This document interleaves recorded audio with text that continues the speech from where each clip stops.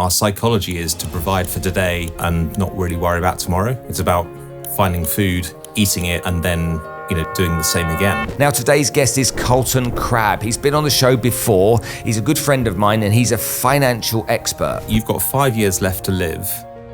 What do you need to do? And that struck quite a chord with me because I just started thinking about that. Now, when I say expert, he really is. He's one of these kind of geeky guys around the subject of protecting people's assets. You want to protect your family, you probably do need to be protecting your business partners as well. They're intricately linked.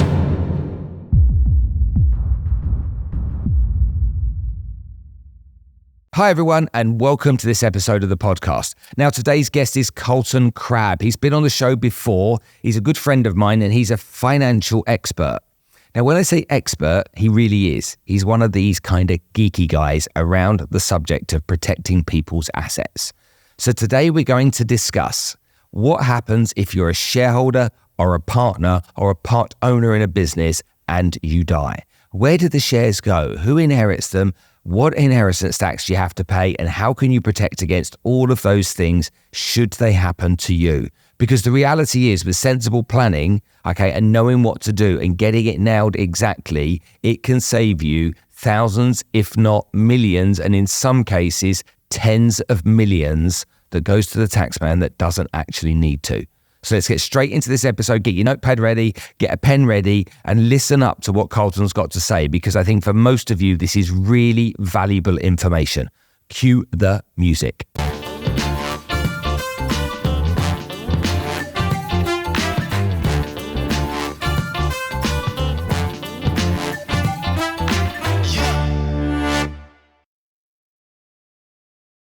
So let's talk about the megaverse, the internet of people. Shaping the next iteration of the internet, Megaverse is powered by revolutionary blockchain technology built on decentralized community ownership. It offers users, brands, and businesses a seamless, regulated, and transparent opportunity for growth, revenue, and community building. Megaverse is accelerating user adoption and achieving these goals through multiple verticals like Megachain, a high-performance blockchain for tamper-proof transactions, Megafile system for encrypted decentralized storage, and Mega Studio, which democratizes development through collaborative and AI elements. Organizations across industries like Dubai Multi-Commodities Center, Dubai World Trade Center, and Ras Al Khaimah government have already explored the lucrative potential of a Megaverse presence. Megaverse enables users to create a Web3 future for the people where technology serves human purposes. Dive in and discover the Internet of People with Megaverse today. Carlton, thanks for joining us on the show today. Thanks for having me again, Spencer. Whenever I feel I'm in a studio with you, I feel like we're a couple of radio presenters that we're about to do, agony hour, people's financial woes and dramas. Come to us and we can help answer your questions. Well, maybe there's a longer series than that then.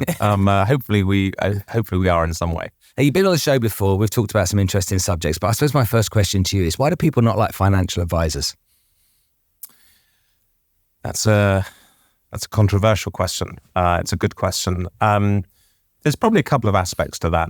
One is potentially some of the unjust behavior of our own industry. So financial advisors probably doing too much selling, if you like. And the other, of course, is that people don't always want to plan for the future. Fundamentally, you've got to remember that it's not that many years since we were hunter-gatherers.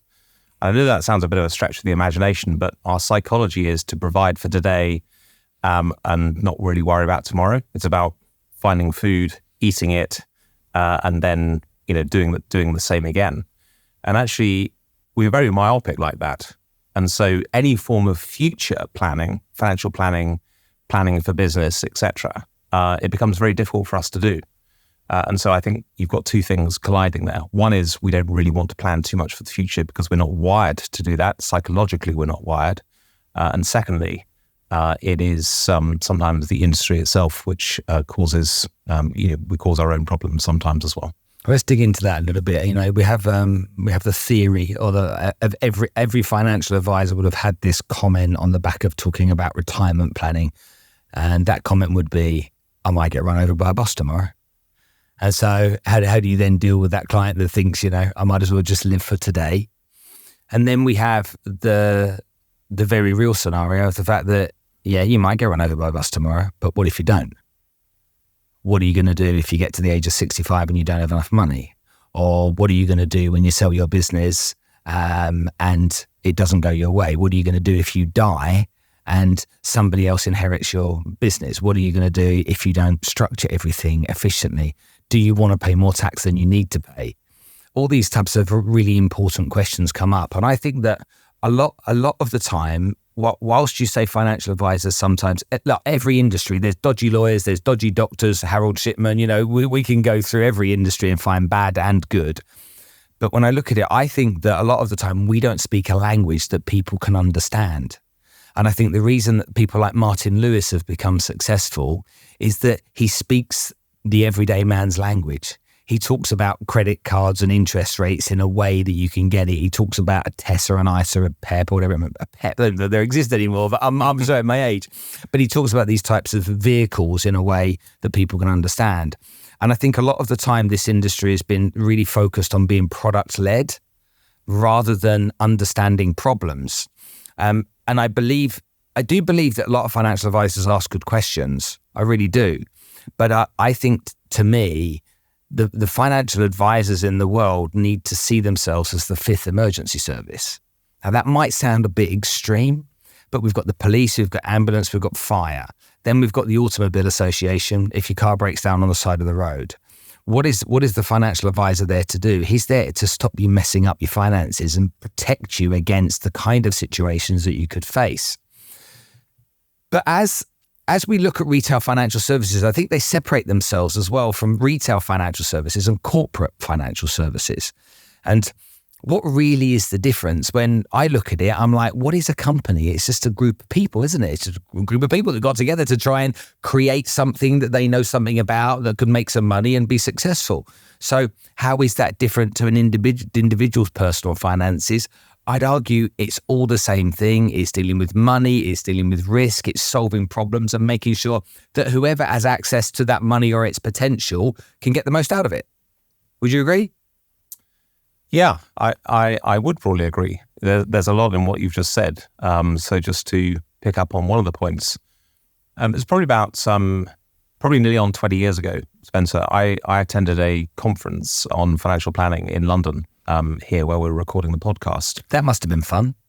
It was actually fun, or I found it really interesting. And of course, you and the audience will be the judge of this because I'm going to tell you what it was about. Okay. Well, I'm ready.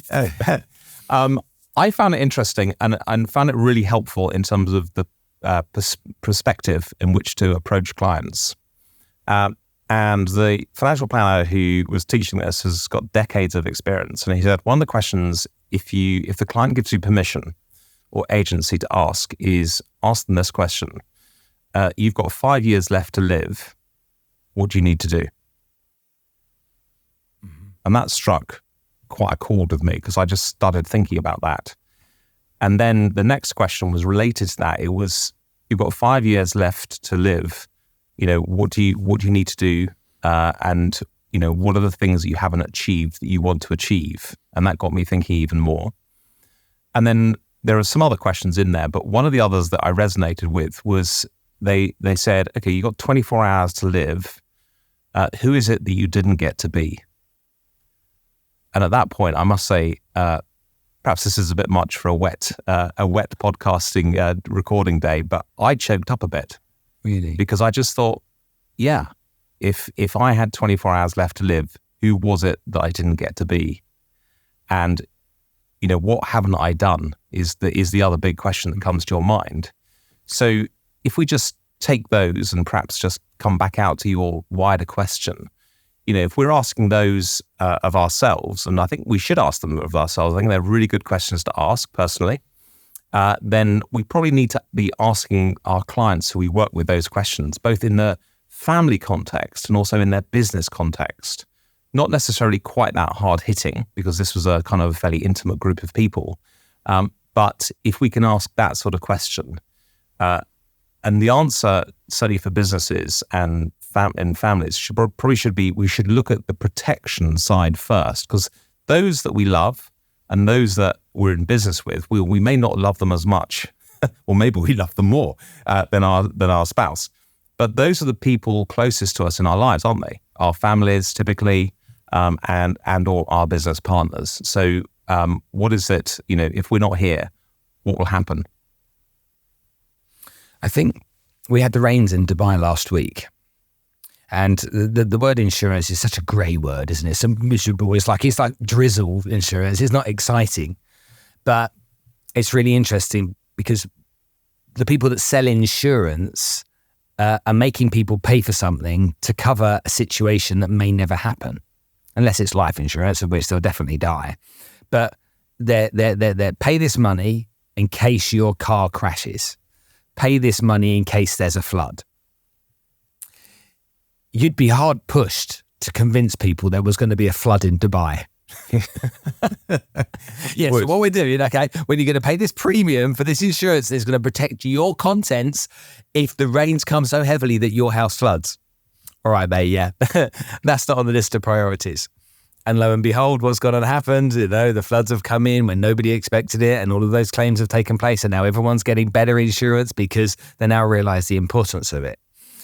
The questions that you ask are very much the questions that I think about when I do retirement planning with people. I'm like, right, so you're 65 years old and you're broke. Just tell me what you're going to do.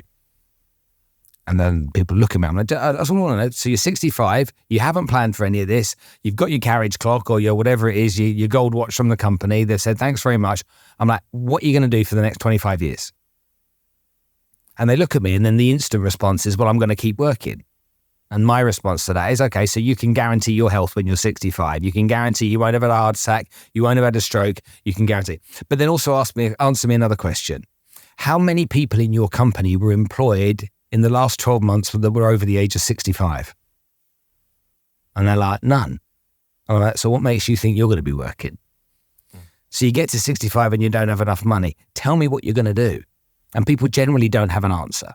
Now, obviously, you've got the headstrong, cocky people that are like, well, yeah, I'll be doing this and I'll be doing that. But they don't really know what they're talking about because of the way they describe it. But for me, that's really important. I have a parent that I say to them, do you want your kids to go to a great university? Well, of course I do. So education is important to you. Absolutely. So what have you done about planning for it? Silence. What do you think you should do? Do you even know how much it's going to cost? And they're like, well, when I went to university, there were government grants, or it was £2,000 a year, or some nonsense answer. I'm like, if you've got 2 kids going to university, let's have a look at how much it costs. Then you can work out if you want to do something. Tell me what's going to happen if you have a heart attack, a stroke. Tell me what's going to happen if you get critically ill. Tell me what's going to happen if you die. I want to know, because my job's to make sure everyone else in your life is protected in case these things happen.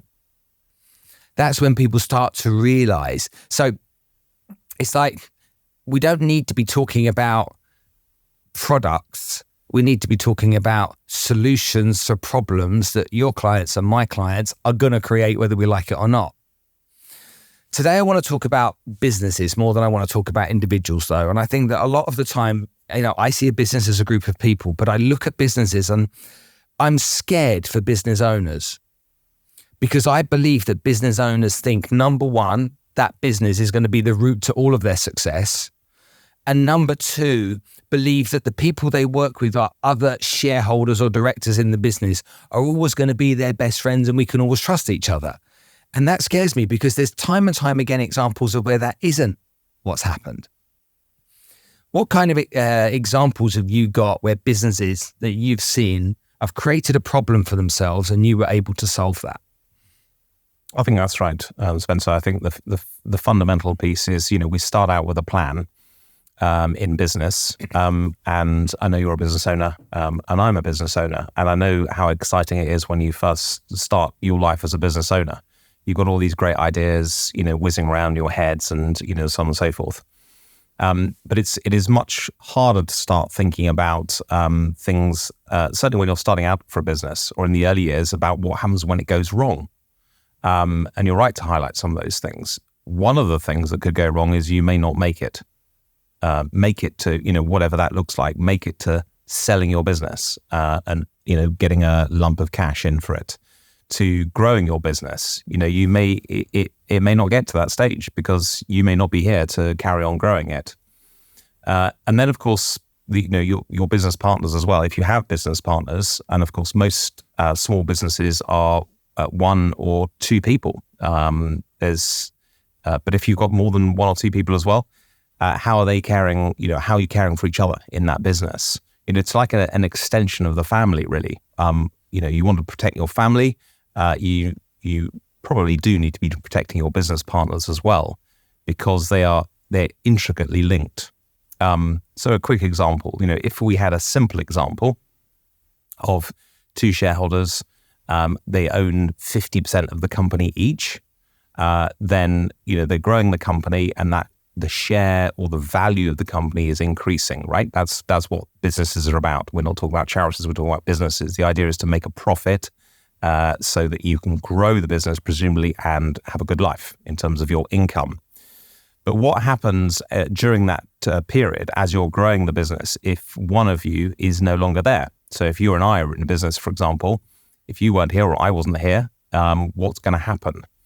Well, the first thing that happens is, that key person, if you like, you'd be a key person in your business. That key person is no longer there to receive a salary. So what will happen to, for example, the family, if there is a family? And what would happen to the wife, or what would happen to the husband? And it doesn't really matter which way around that is. It's still fundamentally, what would happen, because the income stops because you're not here, you've died. Second up is you've now grown, let's say you've now grown your business and it's no longer worth hardly anything. It's now worth, let's say, even £5 million or $5 million, or whichever currency it is in the world. Let's call it $5 million. If it's worth $5 million and you own 50% each, so we each have a value of $2.5 million. But if one of you is not here, how is the remaining partner, if you like, both in the business, going to pay for those shares of the remaining $2.5 million? You need to go and find $2.5 million to give to the remaining spouse, right, to the remaining family member. And most people don't have $2.5 million or whatever the number is spare to go and do that. So now we've got two problems. We've got the first problem is the remaining spouse no longer has any income because her husband or his wife passed away, and the business partner presumably wants to provide for the remaining spouse, but he or she hasn't got $2.5 million to give them for their shares. That is, or both of those are fundamental problems.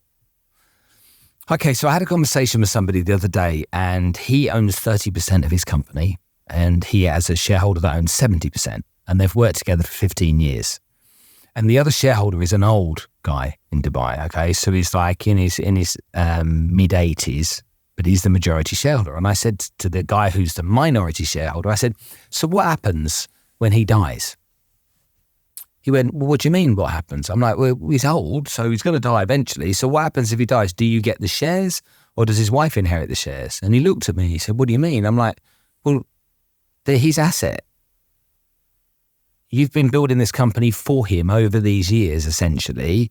If he dies, then his wife inherits the business, or his kids inherit the business, but you don't. And so you're going to have somebody else that's dictating to you what's going on. Now imagine the wife inherits the business and she says, no, I don't want to split the revenue this way anymore. We're going to change the way the revenue split. What are you going to do to change that? Nothing. You have to do as you're told. So why have you put yourself in such a vulnerable position? He's like, oh, no. And I'm like, no, give me, honestly, be realistic about this. And imagine it's the other way around. Imagine he survives and you die. What does your wife get if you were to die from the business? What is she going to inherit? She won't inherit much, if anything at all. Okay. Let's say she gets your shares. She doesn't control the business, so she can't control any form of income coming to her. She can't control the dividend because it's a privately owned company. She won't know what the profitability of the business is to work out what the dividend is anyway. So your wife could be left high and dry if you were to die. And if he dies, you could be left high and dry. That's right. And it was like a real moment for him. I'm like, do you realize this situation you've put yourself in? And often you see people that are like, yeah, no, there's there's 3 shareholders and we 33, 34, a third of the business each. And I'm like, okay, so one of you dies. What do the other 2 do? Oh no, these guys will take care of my wife and kids because, we've been friends for years and, they'll do the right thing. Because if one of them died, I would do the right thing. I'm like, so how do you know that? Well, they're good people. I said, so what if someone gets a gambling habit? What if someone falls out with someone? What if your wife, after you die, does something to really anger them? She could just be cut. And you've got no protection for that at all. So have you thought about these situations? And most business owners haven't. You're absolutely right, Spencer. It's a sadly common occurrence. And I think business owners, we're actually quite good at thinking about sort of short-term risks, because one of the short-term risks for business owners is running out of money. But we don't extend that, to your point, we don't extend that much beyond next week or next month or the next 2 or 3 months, right? But why not? Because you're absolutely right. If in that sad example, whether it's the 70% shareholder or the 30% shareholder who pass away, what on earth is going to happen? That is a proper problem to have. If it's the majority shareholder, you're right, the shares will pass presumably to let's say his family or maybe surviving spouse. And then that spouse may have no interest in the business and he or she just may wind up the business. Or say, actually, the business is not worth anything without my husband or my wife anymore. So we're just going to let it go.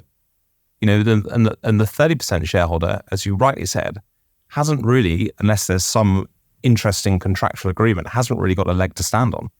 They are high and dry because there's often no buy-sell agreements in there, which is basically a piece of legal documentation which allows certain people to buy shares if one of these events happens. And likewise, the other way around as well. You're right, there's no income coming in. And then you're entirely, certainly as the minority shareholder, beg your pardon, you are entirely at the behest of the person who has inherited the majority of the shares. They could say, we're not going to pay a dividend for the next 5 or 10 years, and they would be perfectly entitled within their right to do so. It's scary when you see it from that point of view. Very scary. So let's say these scenarios exist. They do exist. Most people, they do, yeah. Most people, even facing that and understand, no, that is my problem. That's my situation. That could happen to me. What can we do about it? Well, the first thing is it's just practical, isn't it? To start with, whether you're starting out on a business or probably in most cases the business has been running for a few months or a few years, and the business is starting to look interesting. Well, before it gets really interesting, that's the time to sit down in a room and thrash out how this is going to work if one of you is not here. And that would look like, okay, here are some of the questions. Okay, so if any one of you passes away, what's going to happen in terms of the shares? The shares that you own now pass to, let's say, the remaining spouse.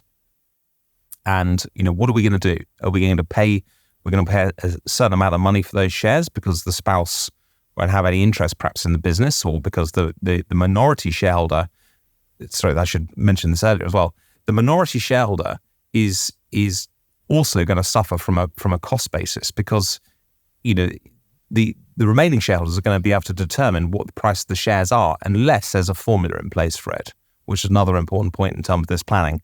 How are you going to decide on the price of those shares if one of you were to pass away?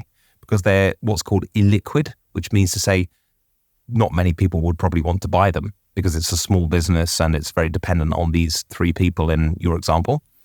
And that means to say that, the shares, it's not like a publicly traded company like Apple or something like that. Everyone wants to buy the shares and, they're freely available and you can go and buy them for this amount of money. Or the other scenario is someone does like the look of this business, coming back to the majority shareholder, and they come in and buy the majority shareholder's stake from the surviving spouse. Now you've got a business partner you probably don't know and you might not like. So all of that planning needs to be put in place. So the practicalities of this are ask each other these hard questions. What happens if one of us or 2 of us or even three of us are not here, what happens? Just let's answer that question to start with. The next question is, how are we going to deal with our shareholding upon one or more of us passing away, i.e. die? Mm-hmm. How are we gonna write that up, if you like? And then what are we going to do about it? Fundamentally, one of the places this leads to is key person life insurance. Now, that doesn't sound the most exciting thing in the book. It's so boring. It's like I need to sleep for that. There's nothing sexy about that term, is there? Well, it may not be sounding sexy at this moment in time. But what does it do? But what it does is it provides protection for the surviving spouse, so i.e. your family, if you were to pass away. And it also looks after the other people who you profess to love in your life, who are your business partners. It gives them enough cash, if you die, to go and buy the shares now belonging to your surviving spouse. They can go and buy those shares. So they can buy the third shareholding back into the company or distribute it amongst themselves. Okay, so hold a minute. For the benefit of everyone that's listening and watching this right now, let's give this some context. Let's give a simple value. The company's worth $1 million. Let's say it's worth $1 million. One of the three shareholders, one of them dies.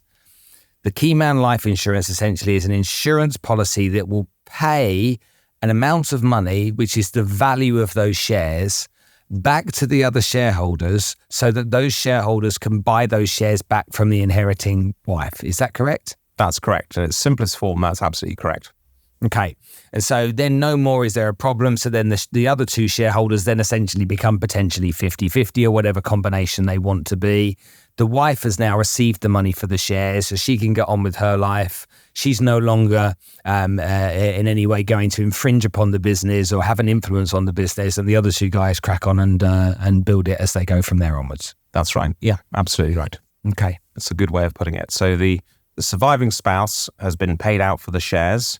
The existing or the remaining shareholders now have got the shares back, and then they can obviously either keep them in the company or distribute them accordingly. You're absolutely right. So you've protected both sets of people here. One of the other shareholders who you're working with, which is important because they might not have spare cash to go and buy these shares from your spouse. And of course, probably the most important person is you've protected your spouse, if you have one in this as well. She now has some, or he has some cash to go and do something with or to look after themselves. And then the company can pay that premium. So that insurance can be bought and the company just pay the premium on that insurance. Is that correct? Yeah, that's definitely correct. So the way you would set this up is the company can decide to pay what's called the premium, or in other words, it will pay an amount of money every month or every year to have this insurance policy in place. Now, again, that doesn't sound particularly exciting, but I think it can get a bit more exciting, as you'd probably expect me to say, because there are different insurance policies and some of them could end up paying you all, if not more money back at some point when you're no longer needing the policy, which we can perhaps come on to. But yeah, that's what essentially happens. The company can go and buy a policy which will protect each of the shareholders and the remaining spouse as well. That seems like a really common sense thing to do. So if there's a business that has two shareholders or more, this should be an absolute no-brainer of a thing for every single business to get, just like it has a bookkeeper to do the accounts, just like it has the VAT returns that have to be done, just like it buys the car insurance for the fleet of cars, and just like it buys the other contents or whether the buildings insurance for the property that they're renting. That should be, as every company should do exactly the same, correct? You would think so. So why don't they? Is there a lack of education? Is there a lack of understanding? Is there it won't happen to us, we can worry about it later, like we were talking about earlier on in the conversation? What is it that's stopping every company doing this? There are a number of factors that come to collide at this point. So when is the first time you woke up in the morning and thought about, death? Most people don't think about death. I know some people are affected by that, but most people don't. So it's not something you really want to contemplate. Well, you'd probably want to contemplate you're in a new business or it's fast growing or, it's exciting, you're doing deals, it's very rare that you sit down and start thinking, okay, so what happens if?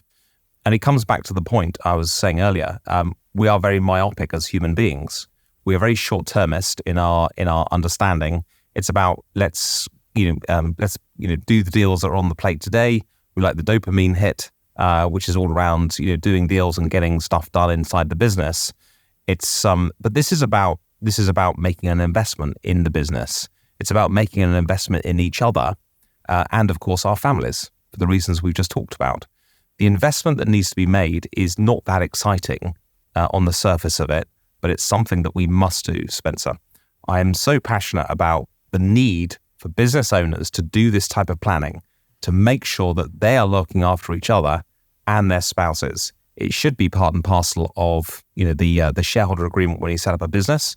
And if it's not, then we need to think about it pretty early on before the business really starts to motor, because it becomes more and more urgent as something to do on that to-do list, as you said. So what if you go 5 years, 10 years down the road of this small business starting in, you and I start it in a little room like this, and then we grow the business into some little monster that we've got. Let's say we are 10 years down the road and we're now turning over great revenues, and we've got a really successful business that pays us handsomely with our dividends every 3, 6, 12 months, whatever it is. We don't worry about money because we're making money hand over fist right now. Why does it matter even more to that type of business? Well, it matters even more because now probably as the family, as the breadwinner in the family, maybe the major breadwinner, or maybe not, but nonetheless, the family has now got a very nice lifestyle by the sounds of it. Mm-hmm. The income is, by the sounds of it, pretty high, or even if it's not high, it's still important to the family, right? And then potentially the dividends are looking good as well. So what happens if you take that away? And perhaps I can answer this by giving you an example. So we came across a gentleman, and he is earning around $650,000 a year. It's a very, very good salary, whichever way you look at that. And his wife is stay-at-home mum. They've just had a new baby. So he's the main breadwinner, earning a very good salary by any measure. And now what we need to think about is, okay, what happens if he wasn't here? That would be, I would think, one of the first things to think about. But what was being thought about is, how much should I put into cryptocurrency? Or how much should I put into emerging market equities or stocks and shares? And I can't think of a worse decision to be making than putting money into cryptocurrency or emerging market shares. The number one thing, surely, that you should be thinking about as a new father, with being the main breadwinner, even earning a very high salary, is, how do I protect my new baby daughter and my wife? Surely that has got to be the most important thing. That is the investment that he needs to make, and that is the thing that he needs to be concentrating on. It may not sound that sexy. It may not sound like cryptocurrency, and last year I made whatever it was, 300% because Bitcoin did very well. It doesn't matter. What matters is, if you're not here, that family has lost $650,000 a year, and they are now definitely in trouble. That's where the rubber hits the road, and that's where it's so important that we help business owners and even just high earners understand. I think they have a duty of care.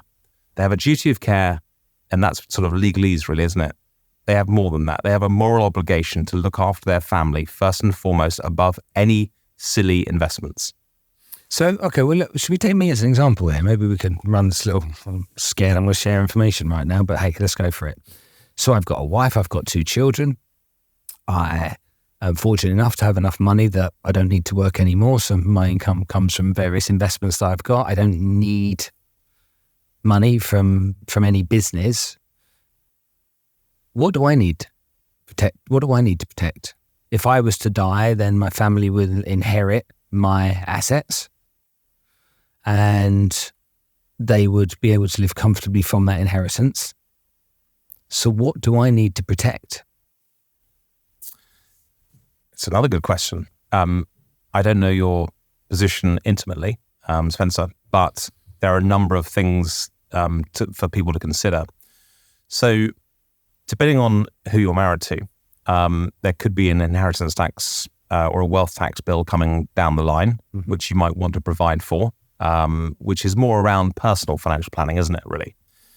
In terms of something that crosses over in terms of financial and business planning as well, maybe there are company debts or bank loans that you would probably want to be repaid if you were no longer here, so that in this case, your wife presumably is going to inherit that, doesn't inherit the debts as well.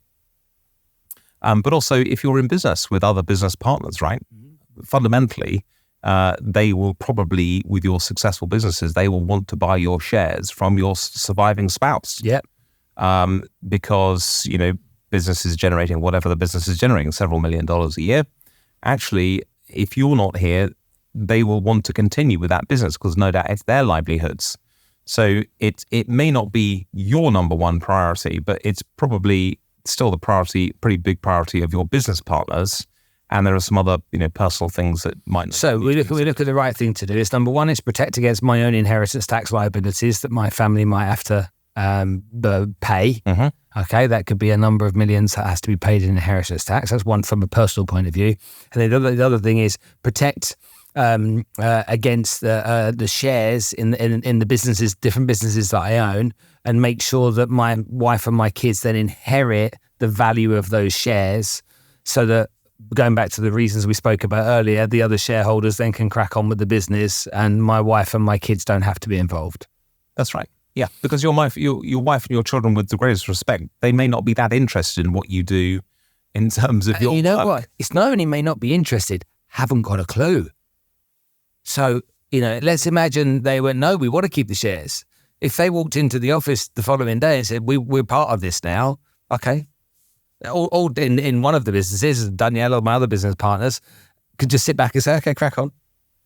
Give us a shout when you're ready. And they wouldn't even know where to sit. Yeah.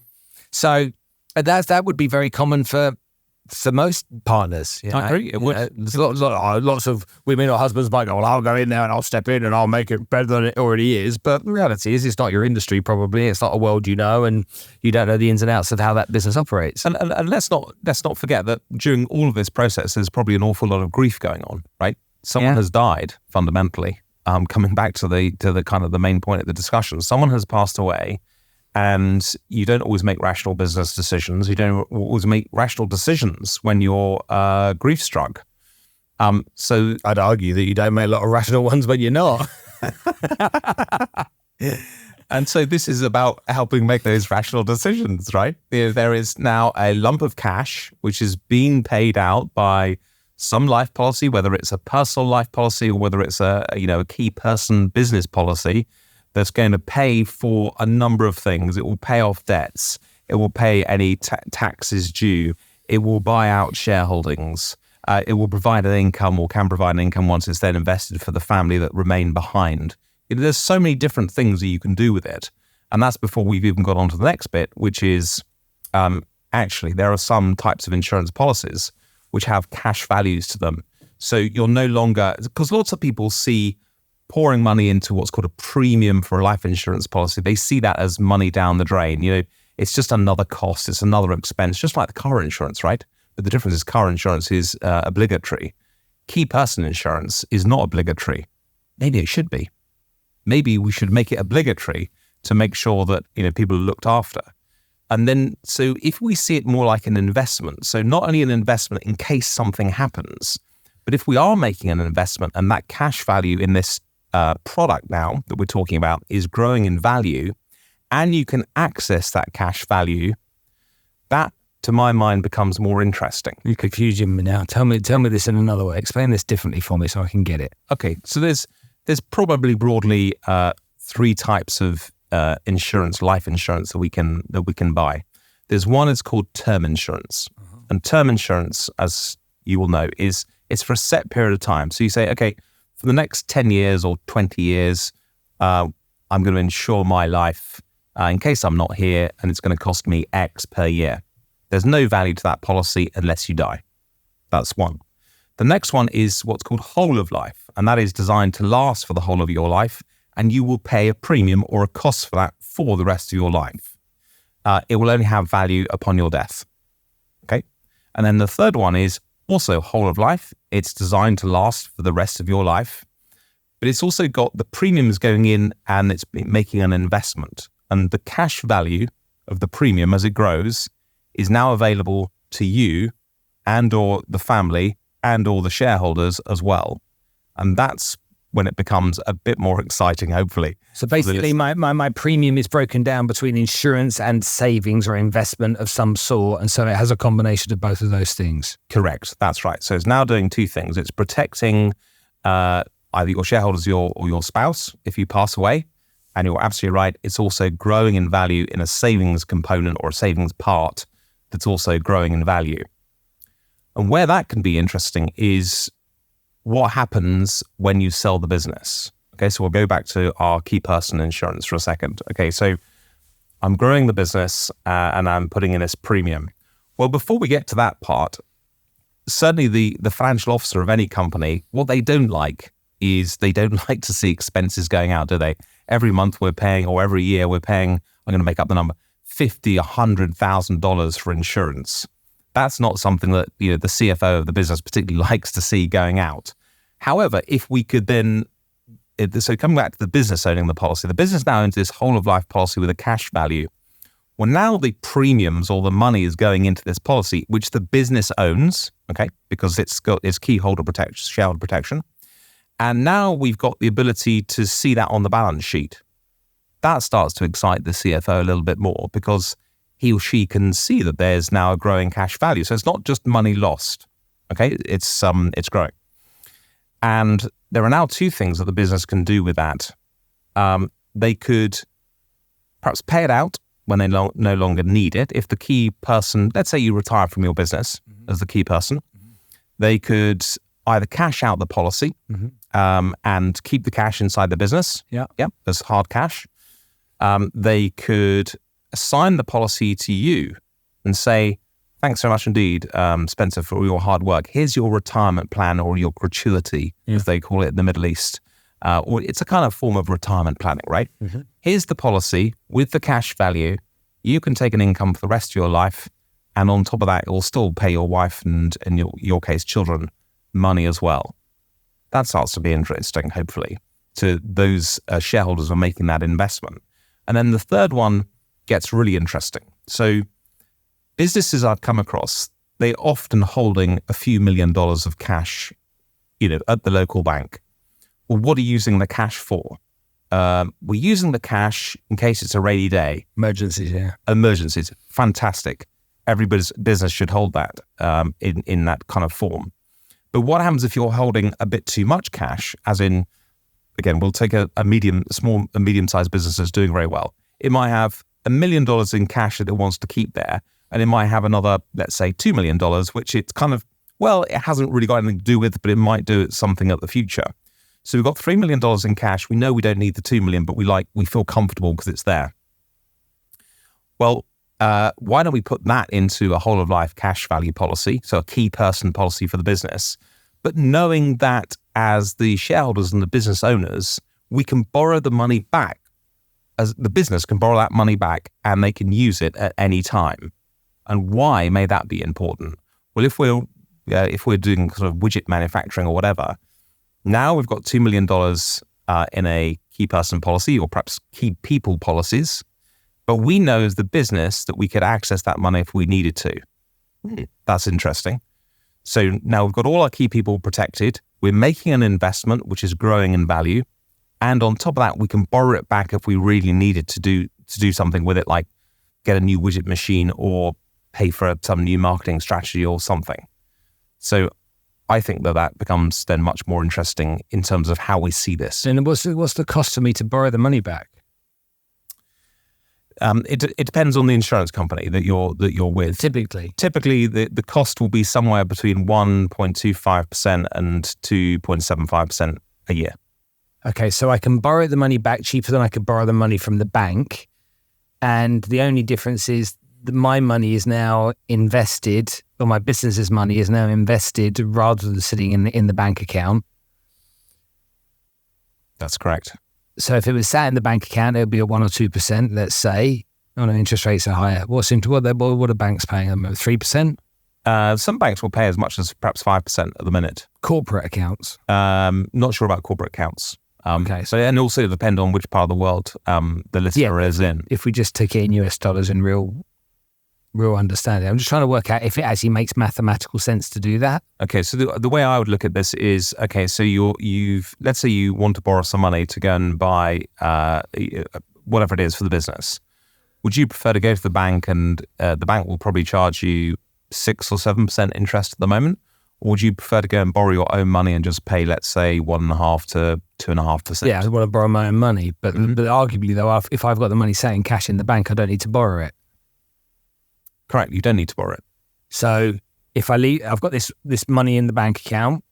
If I didn't then put it into some form of vehicle, like you're suggesting, the money would be sat in the bank account. I could just take the money out of that to buy the photocopier or whatever it is that we need. By putting it over here into this insurance policy, I'm able to borrow against it, but it's costing me to do that, whereas it didn't cost me to do that over here. But it's also funding the key people policies. So you've now got your key people protected with these policies or policy, which is a good thing to have in place. So all of my key person commitments are being paid for out of this policy, out of interest that's generated from this policy. What's the mechanics of that? That's right. So I've got 2 million over here. It's invested at whatever it is, 4%, let's say simple numbers. At 2 million, that's 80 grand it's making. Yeah, well, we'd hope it'd make more than that, but let's say it was. Let's say 5, say 10. I don't care what the number is. It's just so that everyone can understand it. Let's go with the 5% because that's easy for my mind. So 2 million, 5%, that's 100 grand. So 100 grand. 100 grand in interest is accruing. So you've now got let's say you got $2.1 million in the policy, and a little bit of will come off for the cost of insurance. Yeah. Okay, whatever that happens to be. So let's say you're back down to 4% and you've made 80,000. And these are very general numbers, but it's just for the purpose. But what you've got, let's say 3 key people policies, split across this 2 million. And if one of you were to pass away, these policies may now be paying out, let's say, $3 million to each of the families or to the business so it could buy the shares. But the point being is if you needed that money, so put it to good work, put it to work in a key person policy with the knowledge that if you ever needed it for an emergency, you could borrow the money back. But you have your 3 key people. So that's just being smarter with money from a business point of view, isn't it? It's just instead of leaving the cash in the bank, get it working for you and get the benefit of what it's doing while it's working for you to pay for other liabilities that you may have. And so in this example, it's paying to cover the cost of the key man insurance. And so then also, if you ever want to borrow against it, the value of that insurance policy stays there, but you can borrow against it a low rate of interest should you need to for whatever reason. That's exactly right. And the other part of this is coming back to, so on the basis that most of us probably, on the whole, we won't pass away before we sell our business, is, okay, so I've paid, as the business owner, we've paid all these premiums, what are we getting back for our money? Well, now let's make it a little bit more exciting. So you've no longer needed the key person insurance. You've got a couple of things to do. You sell the business, you can do 2 things really. 3 things. You can cash out the policy and leave the cash in the business for the next business owners, which would be very generous of you to do that. But of course, that will reflect also in your valuation. Yeah. It's cash on cash that they're buying. Or you could assign the key person policy to the next key person to come into the business because you're retiring. Okay. Or thirdly, you could the business could say, thanks very much indeed, Spencer, for all your hard work over all these years. We're going to pay that out to you as a gratuity, and they're going to assign the policy to you. Now you've got a policy with a cash value, and now you're retired. What do you want? An income, maybe? Yeah. Right. Okay. There's the cash value, making up a new number now. It's got $1 million of cash value in. Maybe we can take $50,000 a year out of that for the rest of your life. And maybe even when you pass away, that might still pay the family $3.5 million on top of all that. Fascinating. So now you've got something that's a little bit more exciting for every member of the business. Your spouse is looked after, your shareholders are looked after, the CFO is happy or hopefully happy because he can get the cash if he needed to buy a new widget machine. And also the business is making a long-term investment, which you can either be part of its long-term valuation. It can be assigned to the new business owner, or it can be assigned to you upon your passing, upon your retirement. for your family to use and you to use for the rest of your life and still leave more money for you. That's when I think business planning becomes more interesting with key man insurance.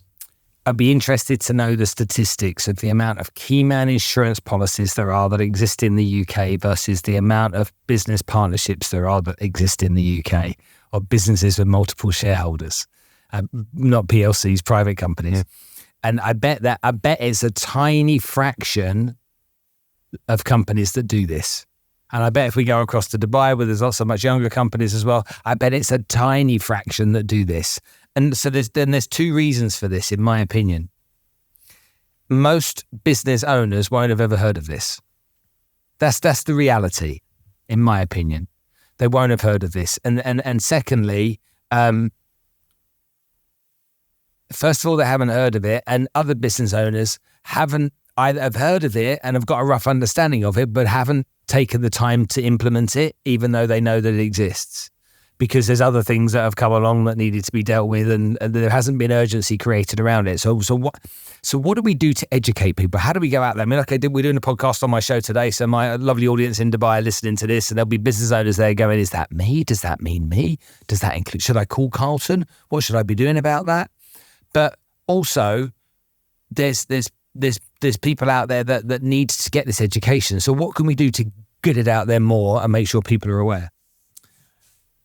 Yeah, we do need more education around it. There's no question about it. And as advisors, I think we need to upskill into the area because I think we have a duty of care to help our business owners in not just deal with their financial planning, personal financial planning, but deal with their corporate business planning as well. One of the things that we've talked about before, Spencer, is we've just recently created a quiz. And that quiz will take the key people or a key person through 35 to 40 questions about their business. It'll take them 12, 13 minutes to do that. It's a very, very short investment. And at the end of that, we'll give them a broad assessment about where the weaknesses in their business are. That's free. Definitely. So there's a questionnaire, a quiz online that you guys provide, that going through those questions and answering those questions honestly will take them to a place to determine what they need. Would that be correct? That's right. Yeah, it will determine the weaknesses or the areas which they need to focus in on, and those areas will often be areas like we've just been talking about, the planning that they haven't yet done. So what happens if that ... scenario? For the family, for the business partners, etc. And at the end of that, hopefully it will prompt them even more, and we'll give them some free information and some things to be thinking about.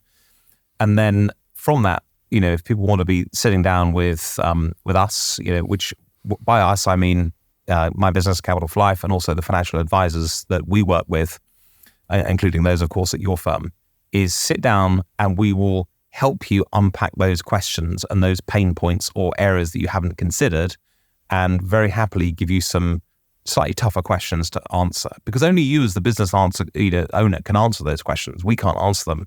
But we know or have a good idea of the questions that we probably should be asking, or you should be asking of yourselves. And then at that point, we can put some action plans in place to start to take care of this. The answers inevitably are going to be no-brainers, aren't they?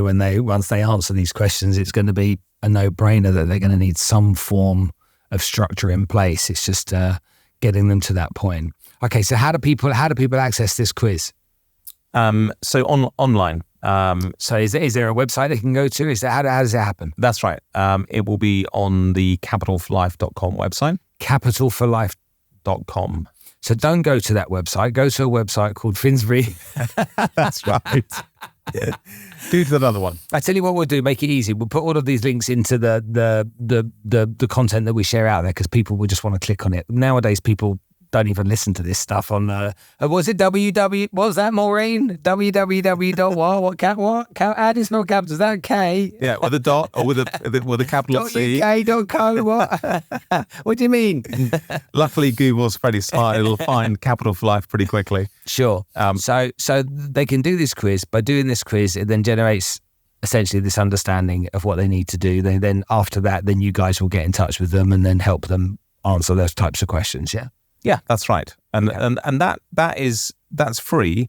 At the end of the day, it might well lead to a longer conversation, but I think fundamentally we just need to help business owners to start with understand, where the weaknesses are in the business, and then we'll have a sensible conversation and walk them through some of the key areas that they need to consider for key personal insurance. It's like, why don't you bulletproof your business? Bulletproof your finances, bulletproof your business, make yourself indestructible, protect yourself against every eventuality, then go out there and rock the world. But time and time again, you see these people make these mistakes. They start off with wanting to rock the world, go out there, want to build this business, be really successful, and they don't get their foundations in place. And then it comes to bite them on the bum. And when it does, it's a big bite. That's right. And even if it doesn't come to pass that one of you passes away, is coming back to this point, it's an investment, right? It's an investment in your business partners. It's an investment in your family. I can't think of anything that's more important as an investment for me as a business owner. My family is the most important thing. And secondly, my business or business partners are my second most important thing. Nothing else is more important. So why wouldn't I want to make an investment to protect them? And the good news about what we talked about today is that it's not just a cost. It doesn't have to just be about death. As literally, you are making an investment as the business. And the business can see a return on that at some point if it never needs that key personal insurance, and hopefully it never will. You can see a return on that money. It can be used whilst the business is growing. It can be used for retirement planning and some other cool things like that. So it is most important is to de-risk your business and to de-risk your family.